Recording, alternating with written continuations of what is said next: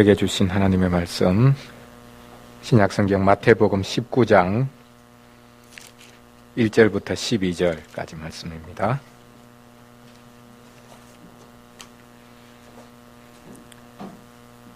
마태복음 19장 1절부터 12절까지 말씀, 저와 여러분이 교독하겠습니다.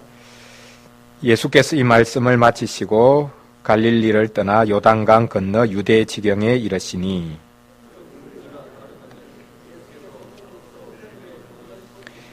바리새인들이 예수께 나와 그를 시험하여 이르되 사람이 어떤 이유가 있으면 그 아내를 버리는 것이 옳으니까.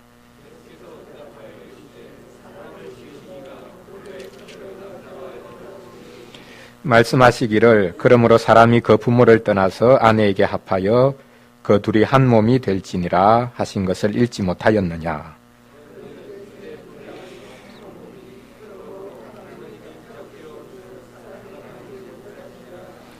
여짜오되 그러면 어찌하여 모세는 이혼 정서를 주어서 버리라 명하였나이까.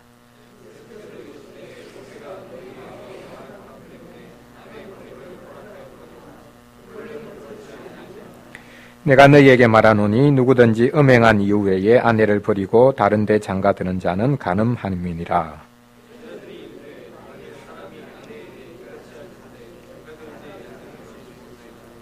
예수께서 이르시되 사람마다 이 말을 받지 못하고 오직 타고난 자라야 할지니라.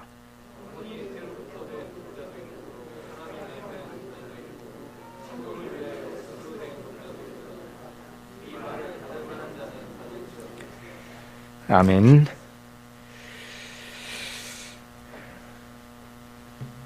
바리새인들이 예수님께 나와서 시험하기 위해서 질문을 합니다. 어떤 이유로 아내를 버릴 수가 있습니까? 그렇게 묻고 있습니다. 오늘 본문에 드러나고 있듯이 구약시대 하나님께서는 이혼 정서를 써주어서 아내를 버릴 수 있다. 그렇게 이제 허용을 하셨는데 이 말씀에 대해서 어떻게 생각하느냐. 예수님이 구약 성경을 이미 알고 있다는 것을 간파하고서 이런 질문을 했습니다. 모세처럼 이혼 정서를 써서 아내를 버릴 수 있다. 그렇게 한다면 모진 예수님이 될 것이고 결코 버릴 수 없다. 그렇게 하면 율법을 어기는 것이 될 것이고 종종 이 유대 종교 지도자들이 예수님께 진퇴양난의 질문을 하지요. 잔인한 예수님으로 몰아가든지 그렇지 않으면 율법을 무시하는 예수님으로 몰아가는 것. 그것이 이 유대 종교 지도자들이 가지고 있는 술책이었습니다. 이 결혼의 문제를 가지고 이 질문을 했습니다. 그럴 때 예수님께서 처음부터 하나님께서 가지신 이 부부에 대한 계획이 어떤 것이었는가, 가정에 대한 계획이 어떤 것이었는가 이미 유대인들이 다 알고 있습니다. 그것을 인용하십니다. 우리가 잘 아는 창세기 2장 24절 말씀이죠. 그러므로 사람이 그 부모를 떠나서 아내에게 합하여 그 둘이 한 몸이 될지니라 하신 것을 읽어보지 못하였느냐. 이제 결혼한 부부는 둘이 아니라 이제는 하나다. 하나님이 짝 지어주신 것을 사람이 나눌 수 없다. 우리가 이제 결혼식 참여하면 이제 기독교 결혼식에서는 항상 이제 이 말씀이 이제 인용되고 또 언급이 됩니다. 설교도 하고요. 처음부터 끝까지 그 기독교 결혼 예식의 그 모든 내용을 한마디로 요약하면 바로 이 6절에 나와 있는 것이죠. 하나님이 이제 짝지어 주셨으니까 사람이 결코 나눌 수가 없다. 그 결혼한 당사자, 남편, 아내 되는 당사자들조차도 서로 나눌 수가 없다. 이제는 둘이 하나가 되었다.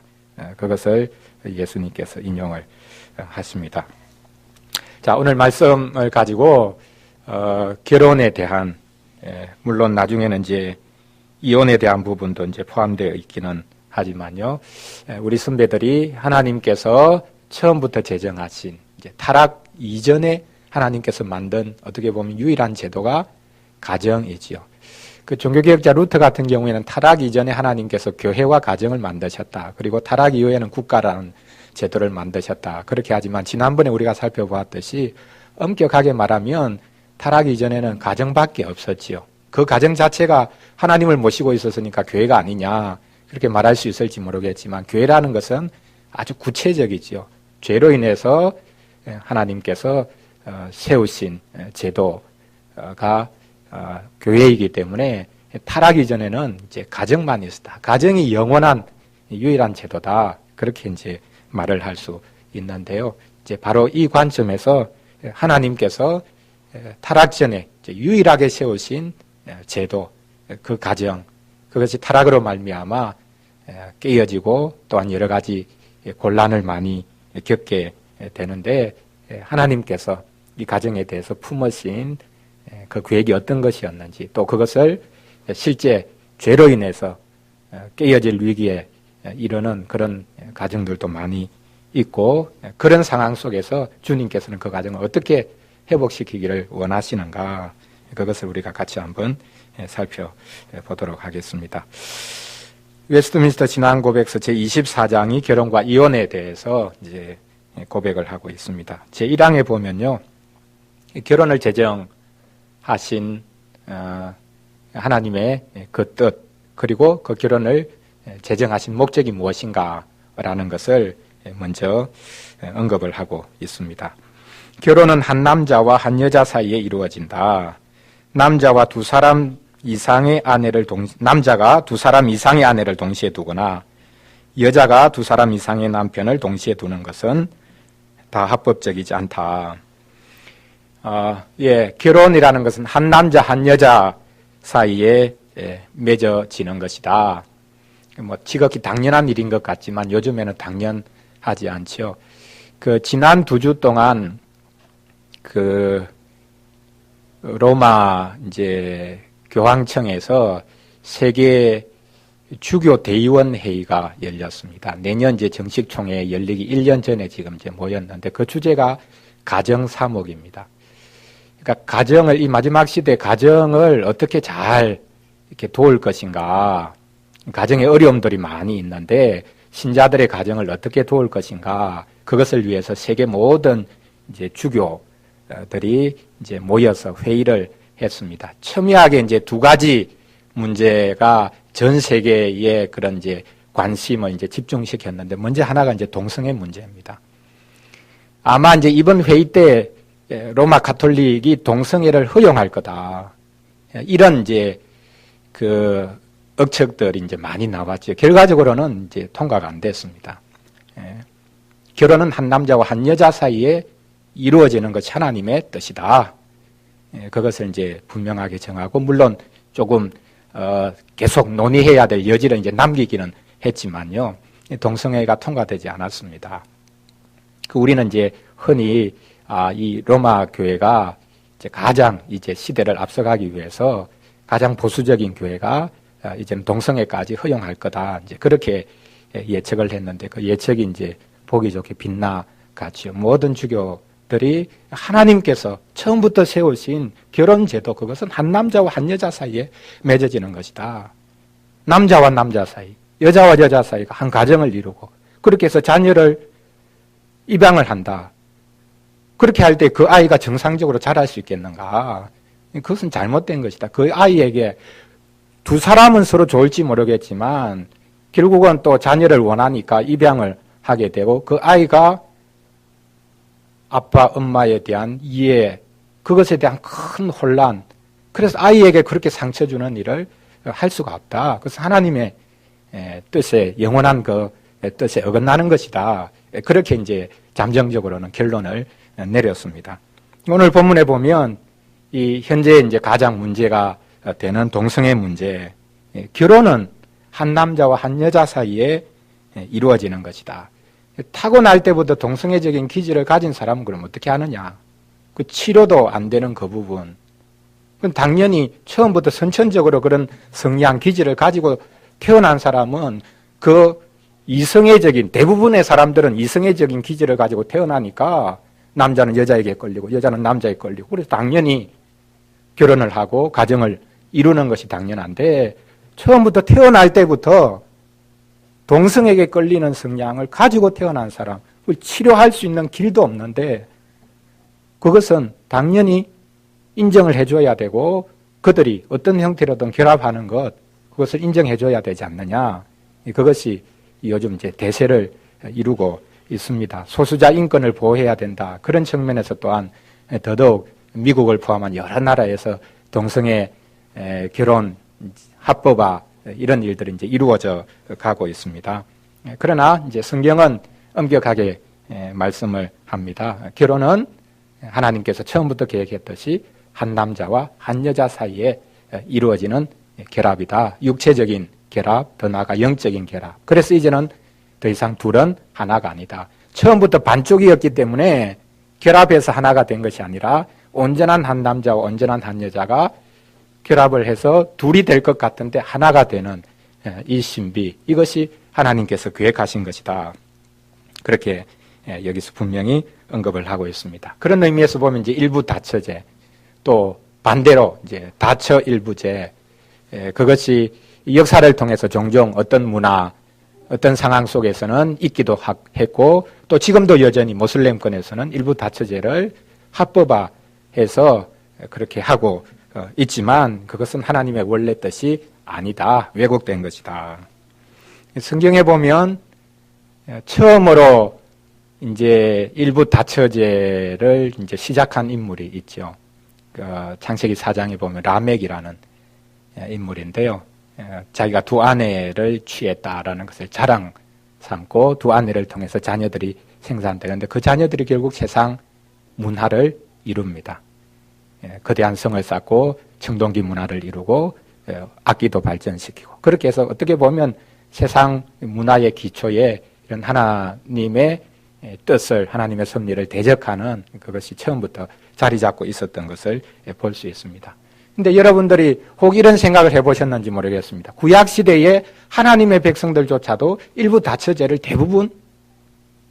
대부분이라고 하면 좀 이상하지만 그것을 그냥 자연스럽게 받아들였거든요. 우리가 잘 아는 다윗 같은 경우에도 아내가 참 많았습니다. 물론 솔로몬 같은 경우는 더 심하죠. 나중에 그의 노년에 그것은 물론 육체적인 것은 아닙니다. 정략적인 것이죠. 소위 말하면 다른 나라들과 정략적으로 그들과 결혼관계를 맺어서 이제 외교적인 차원이죠. 그래서 솔로몬이 육체적으로 뭔가 힘이 남아 돌아갔다. 그런 관점에서 우리가 볼 일이 아니라 어떻게 보면 자기 나라를 안전하게 보호하기 위해서 외교적인 차원에서 외국 공주들과 정략적인 결혼을 맺고 그들을 데리고 왔는데 그들이 결국 이 하나님 신앙을 완전히 떠나게 만드는 그런 자리에 서게 했던 것을 우리가 볼 수 있습니다. 자, 그러면 구약시대 위대한 다윗, 성군 다윗이라고 하는 인물조차도 여러 명의 아내를 두었는데 하나님께서 그것에 대해서 잘못됐다, 책망하신 기록이 없거든요. 우리아의 아내를 강제로 취했을 때는 분명히 하나님께서 책망하셨죠. 그 전에 이미 많은 아내가 있었습니다. 한 아내가 아니라. 그 하나님께서 그것에 대해서는 어떻게 생각하셨을까? 구약시대이기 때문에 하나님께서 그 시대 문화 속에서 자연스럽게 일어날 수 있는 일이기 때문에 하나님께서 허용하신 것인가? 그 부분에 대해서는 우리가 참 쉽게 말할 수 없는 측면이 있습니다. 한편으로는 허용하셨기 때문에 그것이 이제 인정된 것이라고 볼 수 있지만, 그러나 처음 하나님이 계획하신 것은 한 남자와 한 여자가 만나서 하나 되어서 평생을 그렇게 같이 가게 되는 것, 이것이 원래 하나님의 뜻이었다. 그렇기 때문에 다윗조차도 여러 아내를 거느린 것, 그것이 적극적으로 하나님이 원하신 뜻은 아니었다. 그렇게 우리가 분명히 이야기를 할 수 있겠지요. 자, 여기에 가장 먼저 이제 결혼이라는 것, 그것은 당연할 수도 있지만 현 시대에는 그렇게 당연하지 않은 한 남자와 한 여자 사이에 이루어져서 하나가 되는 것이다. 그것을 이제 말을 하고요. 이제 그다음 2항에 보면 이런 이제 결혼제도, 한 남자와 한 여자가 만나서 하나가 되게 하신 하나님의 뜻이 무엇인가, 그것을 언급하고 있습니다. 가장 먼저는 남편과 아내가 서로를 도우기 위한 것이다. 창세기 2장 18절 우리가 잘 아는 말씀인데요. 사람이 혼자 사는 것이 좋지 못하기 때문에 하나님께서 말씀하십니다. 내가 그를 위하여 돕는 배필을 짓겠다. 다른 생물들은 처음부터 암수로 다 지으셨습니다. 근데 사람을 만드실 때는 처음부터 남자, 여자로 짓지 않으시고 아담 혼자만 지으셨거든요. 그래서 이제 아담이 이제 관찰을 하는 겁니다. 세상 모든 생물들은 다 암수가 있고 서로 사랑하고 하는데 나에게는 짝이 없다. 하나님께서 처음부터 그것을 깊이 느끼도록 먼저 혼자 만드셨는지 모르겠습니다. 자기의 짝될 만한 존재를 아마 계속 찾았지 않겠는가. 어떤 생물, 어떤 동물도 자기의 짝이 될 수 없다라는 것을 절실하게 느꼈을 때 바로 그때 하나님께서 이제 아담에게 짝될 자를 만들어 주셨다. 그렇게 이제 해석을 해볼 수도 있을 것 같은데요. 어쨌든 여기 가장 먼저 언급되고 또 창세기의 기록에도 분명히 나오듯이 하나님께서 한 남자 한 여자를 결혼해서 한 가정을 이루게 하시고 하나가 되게 하시는 이유는 서로를 돕기 위한 것이다. 돕는 배필을 짓겠다. 하나님께서 제일 마지막으로 지은 존재가 여자입니다. 남자가 아니고 여자입니다. 그렇게 보면 창조의 꽃이 여자다 말할 수 있을 것 같고, 그리고 남자는 여자 없이는 완성될 수 없는 존재다. 그렇게 말을 할 수 있을지 모르겠습니다. 그래서 서로 돕기 위해서 남자는 여자 없이 하나님의 뜻을 온전히 이룰 수가 없다. 반대도 물론 마찬가지겠죠. 여자도 남자 없이 하나님의 뜻을 온전히 이룰 수가 없다. 온 세상을 다스리고 정복하고 지배하라라는 그 말씀이 남자 여자가 하나 되지 않고서는 결코 가능할 수 없는 것이다. 그래서 하나님께서는 서로 돕기 위해서 하나로서 뭔가 좀 부족하고 아까 처음 말씀드렸듯이 반쪽짜리이기 때문에 그런 측면이 아니라 하나님께서는 처음부터 남자와 여자가 하나 되어서 하나님의 뜻을 이루도록 작정하시고 또 섭리하셨다. 그것을 여기서 우리가 먼저 확인을 해볼 수 있습니다. 남자가 아무리 뛰어나도 아내의 도움 없이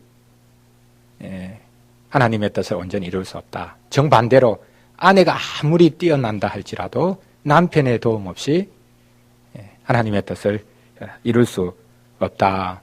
종종 우리는 이제 남편은 머리고 아내는 그 머리의 지배를 받는 존재다. 그렇게 이제 생각하기도 합니다. 나중에 예수님께서 이 교회를 세우신 이후에 사도 바울이 깨닫고 남편과 아내의 관계가 그리스도와 교회의 관계를 보여주는 것이었다. 그렇게 이제 하나님 앞에 그렇게 찬양하면서 노래한 것을 볼 수 있습니다. 이렇게 하나님께서는 처음부터 남자와 여자의 관계가 단순히 육체적인 관계가 아닌 놀라운 신비 가운데 하나님의 크신 뜻을 이루기 위해서 하나님께서 처음부터 세워주셨다. 그래서 처음부터 있는 제도는 가정이라고 우리가 분명히 확인을 할 수 있습니다.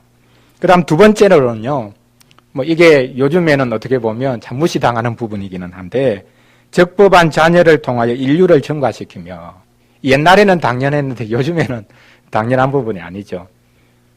특별히 이제 아내 같은 입장에 있어서는 내가 아이 낳기 위해서 결혼했냐.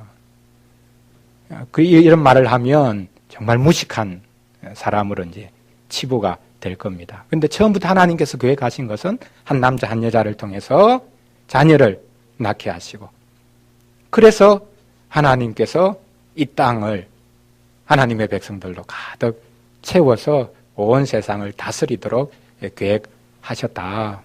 그래서 자녀를 생산하는 것, 자녀를 낳는 것, 특별히 우리는 언약의 자녀를 하나님께서 주시는 것을 기쁨으로 받는 것, 이것이 결혼 생활의 부차적인 것이 아니라 하나님께서 처음부터 작정하신 가장 중요한 목적 중에 하나다.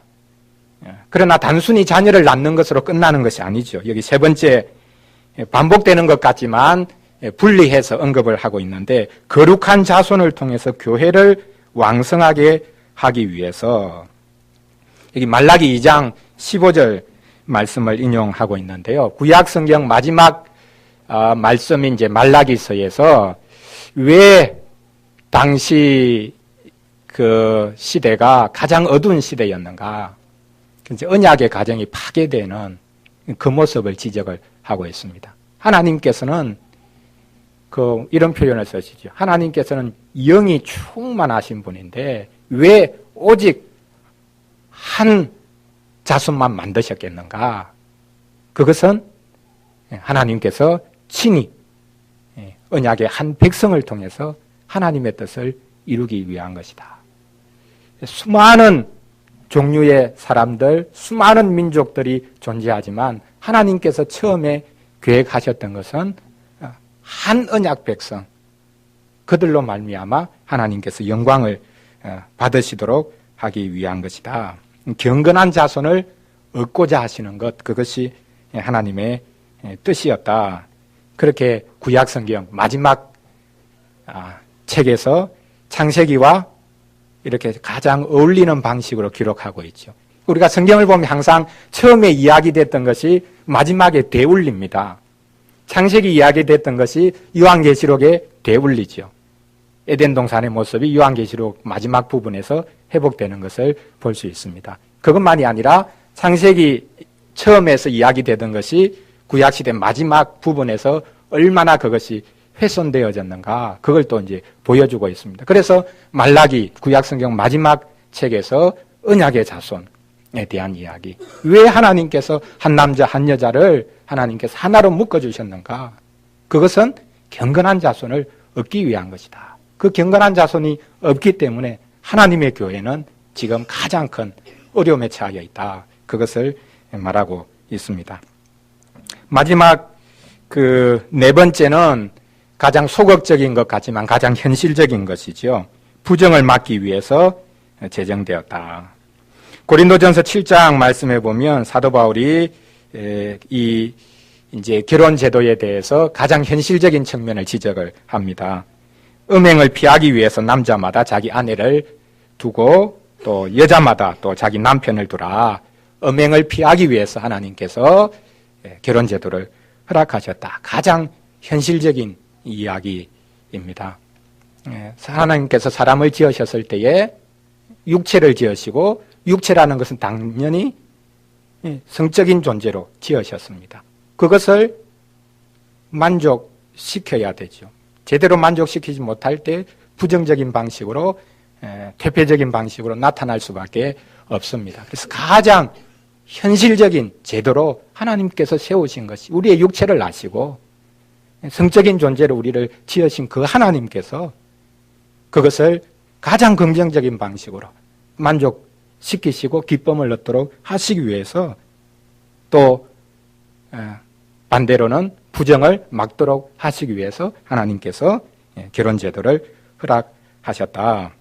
그것을 여기서 언급을 하고 있습니다. 자, 그러면 이제 우리가 두 번째로 이제 살펴볼 것이 이제 신자가 이제 결혼을 할 때에 그 결혼이 과연 하나님 앞에서 합법적인 것이 되려면 어떻게 해야 되는가? 이제 그것을 세상 사람들은 뭐 그냥 법적으로 문제가 되지 않으면 뭐 어떤 형식이든지 결혼 제도 그것이 뭐 크게 문제가 될 수 없지요. 그러나 교회에서는 하나님의 백성들의 결혼 그것은 하나님의 법도 그것을 따라야 된다. 그것을 우리가 이제 알 수 있는데요. 이제 사망에 보면 이제 이 부분을 언급을 하고 있습니다. 신자의 결혼에 대해서 언급을 하는데요. 이제 먼저 이제 신자의 결혼을 이야기하기 전에 먼저 언급을 하는 것은 사람이 결혼하는 것은 합법적이다. 그런 자연스러운 것이다. 결혼을 막는 것, 그것이 오히려 비합법적인 것이고, 그게 오히려 하나님의 창조 섭리를 거스르는 것이다. 그걸 언급을 합니다. 왜 이런 이야기를 하겠습니까?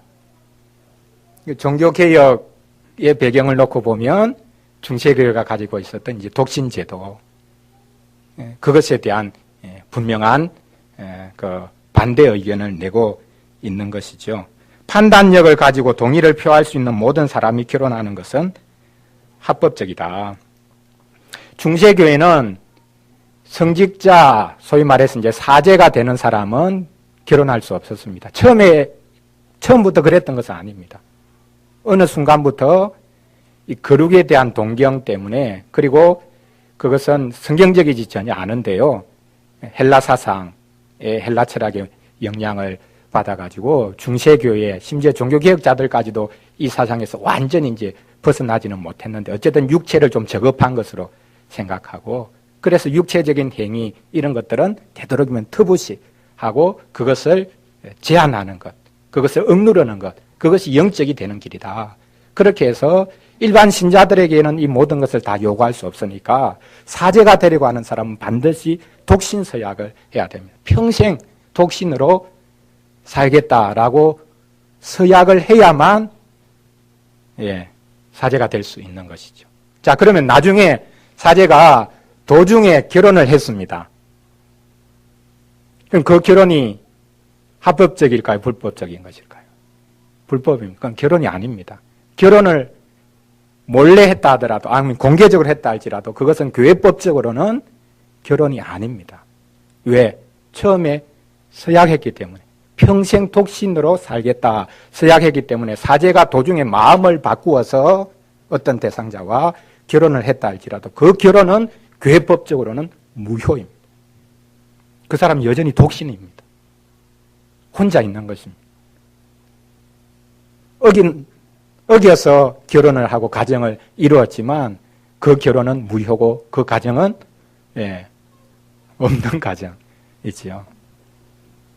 그 정도로 중세교회는 이 하나님의 처음부터 주신 육체, 그리고 하나님께서 우리에게 주신 자연적인 성향, 그것을 거슬러서, 그걸 거슬러는 것을 영적으로 되는 길이다.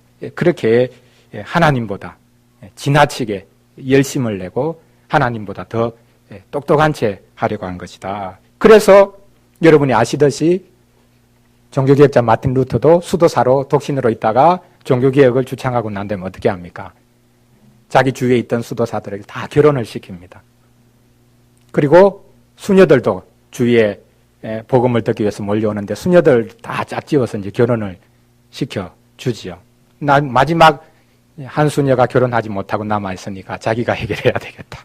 그렇게 해서 마지막 남은 수녀와 결혼을 하죠. 그래서 그 종교개혁은 이런 측면에서도 중세교회와 아주 대조되는 측면이 있는 것이죠. 하나님께서 주신 우리의 육체를 인정을 하고 타락으로 말미암아 그것이 부패했지만 구원은 자연을 반대하는 것이 아니다. 자연을 심지어 초월하는 것이 아니다. 오히려 자연을 구속하는 것이다. 자연을 회복시키는 것이다. 그 관점을 가졌던 것을 볼 수 있습니다. 그래서 이것은 단순히 가정제도, 결혼제도라는 측면이 아니라 아주 깊은 이제 신학적이고 철학적인 그런 배경을 분명히 가지고 있습니다. 히브리서 13장 4절 말씀에도 이제 언급을 하죠. 모든 사람은 혼인을 귀하게 여기라. 침소를 더럽히지 말아라. 음행하는 자들, 간음하는 자들은 하나님이 심판하실 것이다.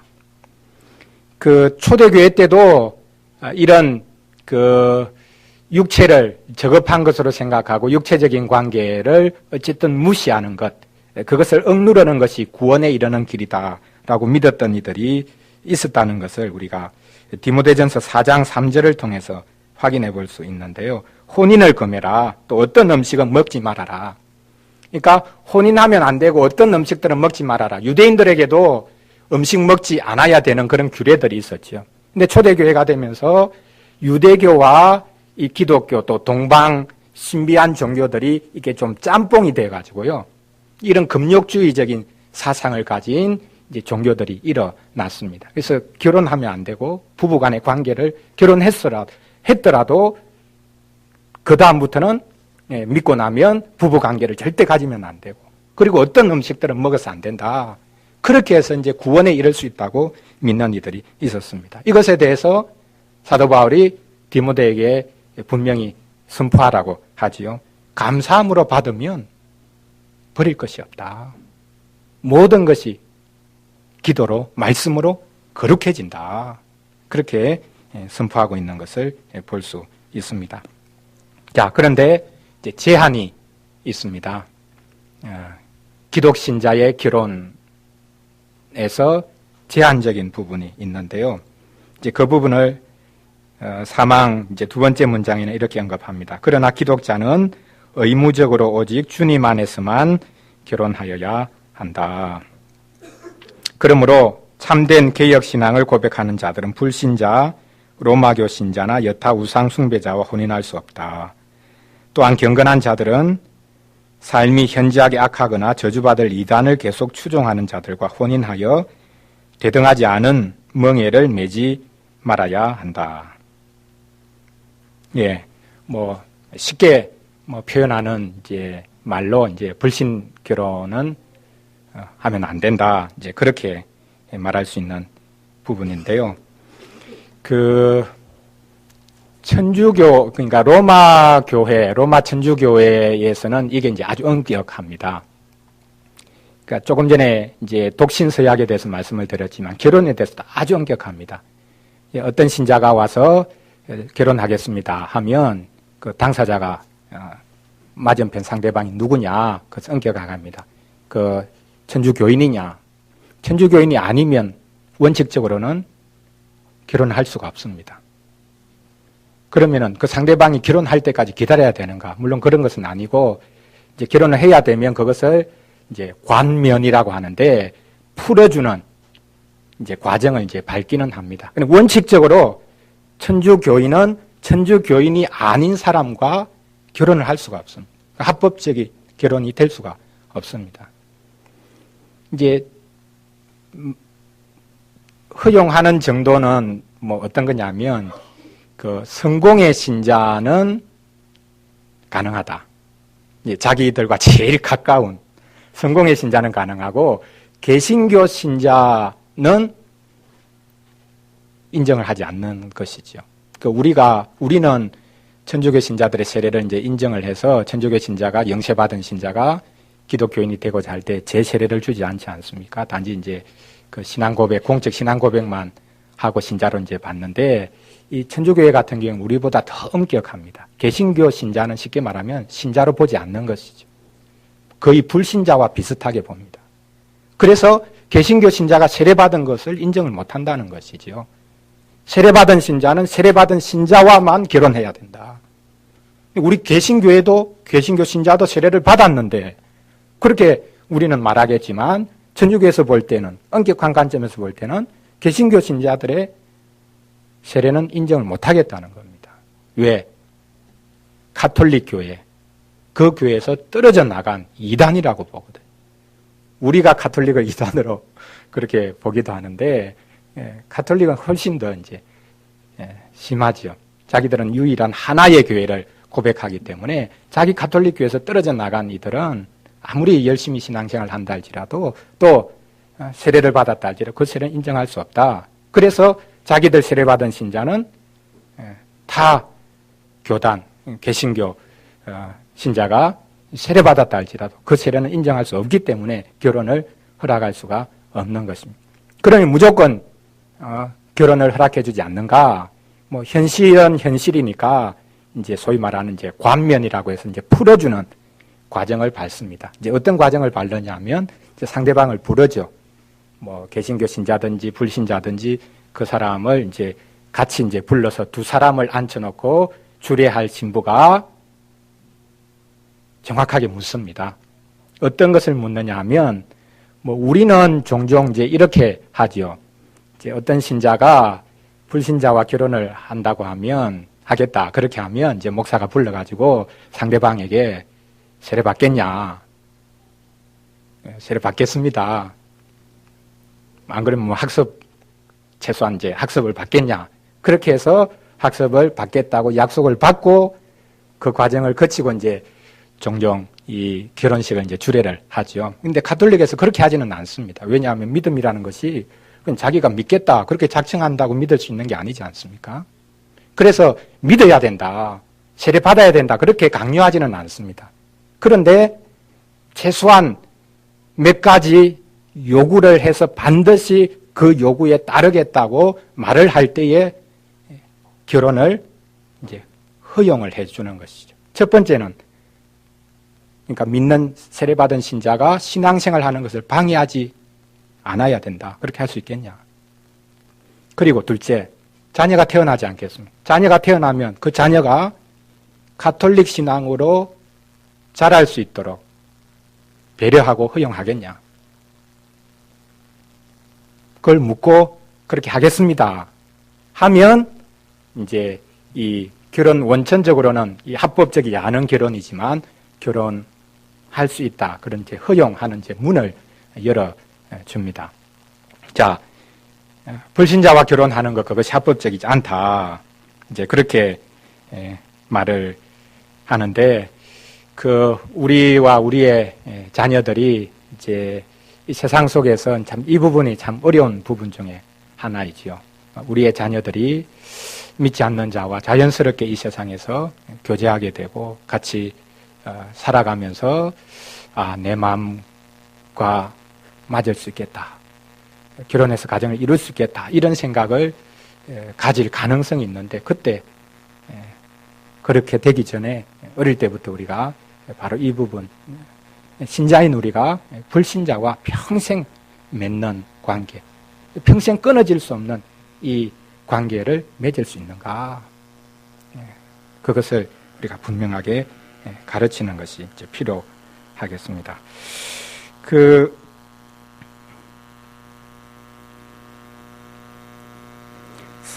사항에 보면요, 이 부분은 조금 더 이제 법적인 측면이기는 한데, 말씀에 금지된 가까운 촌수의 친인척 끼리는 결혼할 수 없다. 사람이 어떤 법으로나 당사자의 동의로도 근친 결혼을 합법화하여 부부로 동거하게 할 수 없다. 예, 그 근친 결혼 그것이 안 된다. 그러나 그 세상이 처음 창조될 때는 다 근친 결혼이었죠. 아담과 하와뿐이었으니까 그 후손들이 그냥 계속 근친 결혼할 수밖에 없었을 것인데 레위기 18장 말씀에 보면 근친 결혼이라는 것 이것이 얼마나 가정한 것인가. 그 아주 극단적인 표현을 쓰는 것은 그 어머니와 그 딸을 동시에 취할 수 없다. 그 어머니의 동생 또 어머니의 친척 이런 관계 이런 이야기들을 이제 쭉 하고 있죠. 그 얼마나 가까우면 허락이 안 되고 또 어느 정도 그것이 이제 금지하는 선이냐. 세상 법에는 분명히 있고요. 교회 로마 가톨릭 같은 경우에는 가톨릭 자체에서 가지고 있는 분명한 법도 있습니다. 그 마가복음 6장 18절 언급이 되어 있는데요. 우리가 잘 아는 내용입니다. 세례 요한이 헤롯에게 지적한 것이지 동생의 아내를 취하는 것이 그것이 하나님 앞에 합당한 게 아니다. 그것 때문에 이제 세례 요한이 죽게 되는데요. 이제 이 부분을 우리가 또한 성경에서 확인을 해볼 수 있습니다. 그 결혼하기 전에 로마 천주교회에서는 그 엄격하게 이 결혼이 합법적이다.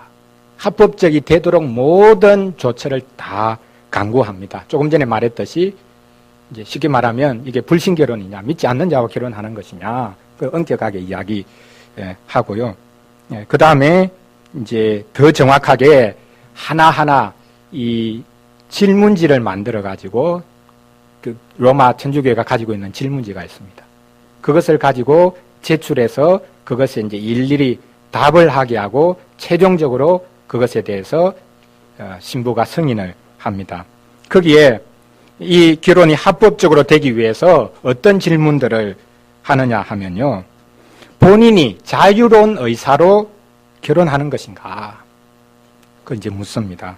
그리고 두 번째로 정반대 측면이겠지요. 부모나 다른 사람이 강제로 시키는 결혼이냐? 그걸 분명하게 묻고요. 그 다음에 처음에 언급했듯이 부부의 유익 그리고 자녀 출산이 목적임을 알고 있느냐? 그것을 묻습니다. 그리고 배우자에게 신의를 지키겠느냐? 라고 묻고요. 그리고 한 가지는 로마 천주교에서 가지고 있는 결혼에 대한 중요한 개념 중에 하나가 뭐냐면 성경 말씀에도 나와 있지만 이 결혼은 두 사람이 평생 하나가 되는 과정이기 때문에 해소가 될 수 없습니다. 어떤 것으로도 부부 관계가 깨질 수가 없다. 사람이 나눌 수가 없다. 부부 자신들도 나눌 수가 없다. 물론 마지막 항목에서는 이 결혼이 해소되는 유일한 요소가 있다. 이제 그것을 허락을 하기는 하지만 이 결혼은 불가해소다. 어떤 경우에도 부부가 나뉘어질 수 없다는 것을 알고 있느냐? 그것을 묻습니다. 그리고 조금 전에 언급했듯이 배우자와 아주 가까운 친족 관계에 있느냐 묻고요. 그리고 결혼이 되었지만 실은 결혼이 아니다라고 할 수 있는 그런 요소들을 분명히 먼저 지적을 합니다.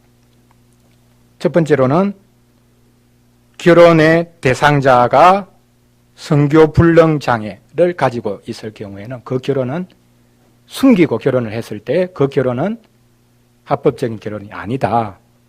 그렇게 분명히 알려줍니다. 양쪽 당사자에게. 그리고 두 번째는 사기에 의해서 결혼하는 것. 그것은 같이 결혼했다 할지라도 그것은 결혼한 것으로 보지 않는다. 그것을 먼저 이제 알려주는 것이죠. 마지막 세 번째로는 조건부 혼인은 무효다. 그 두 사람이 어떤 조건을 내세워서 요즘 그 드라마 같은 경우에 이런 거 많이 나오지 않습니까? 조건부 결혼을 하는 것. 그것은 무효다, 전적으로. 그것을 알려줍니다. 결혼이 무효일 수밖에 없는 것. 아무리 결혼하고 법적으로는 부부가 되었다 할지라도 원천적으로 무효가 되는 이런 상황이 있다. 그것을 정확하게 알려줍니다. 예. 그 5항, 6항은 우리 다음 주에 하도록 하겠습니다. 이혼에 대한 것은 한 주 연기가 됐는데요. 우리 같이 한번 기도하도록 하겠습니다. 하나님께서 한 남자와 한 여자를 하나 되게 해주셔서 이루게 하신 가정, 이 가정이 얼마나 복된가. 문제가 많고 또 어려움도 많이 현실적으로 생기지만 하나님께서 개혁교회 결혼 예식에 보면 이제 이 현실을 분명히 언급합니다. 결혼해서 분명히 어려움이 있을 것이지만 그러나 하나님께서는 그 어려움에도 불구하고 그 가정에 주신 풍성한 복을 누리도록 계획하셨다. 그것을 언급하고 있습니다. 우리가 이 시간 같이 기도하면서 우리 결혼 해야 될 우리 청년들에게는 주 안에서 복된 결혼이 이루어질 수 있도록 하나님 도와주시기를 원합니다. 기도해 주시고 또 이미 결혼한 우리는 주 안에서 하나 되게 하신 것 힘써 지킬 수 있도록 하나님 힘을 주시기를 원합니다. 기도하시면 좋겠고 마지막으로 우리 자녀들이 언약의 자녀로 잘 자라서 언약의 가정을 이룰 수 있도록 이것이 현실적으로는 가면 갈수록 더 어려워진다. 그렇게 말할 수 있을지도 모르겠습니다. 그러나 우리의 믿음 생활 자체가 하나님의 은혜가 아닙니까? 그러므로 우리 자녀들에게도 하나님 은혜를 주셔서 우리가 가진 믿음 그들도 가질 수 있도록 도와주시고 또한 우리가 가지고 있는 이 언약 가정에 대한 풍성한 이해 이것이 우리 자녀들에게 있어서 어떤 손해가 있더라도 주님 그들이 믿음의 가정을 이루고 언약 가정을 이룰 수 있도록 내 마음에 드는 사람은 믿는 사람이 없다. 믿는 남자 중에서는 마음에 전혀 드는 사람이 없고 안 믿는 사람들만 그렇게 좋아 보이고 그렇게 하면 어떻게 하냐. 정반대도 마찬가지겠죠. 결혼을 해야 되는데 믿는 여자 중에서는 내 마음에 드는 사람이 하나도 없는데 어떻게 하냐. 마음에 들지 않는데 평생 살아야 되냐. 그렇게 말할 수 있을지 모르겠습니다. 하나님께서 우리에게 또 우리 자녀들에게 은혜를 주셔야 하겠습니다. 같이 기도하겠습니다.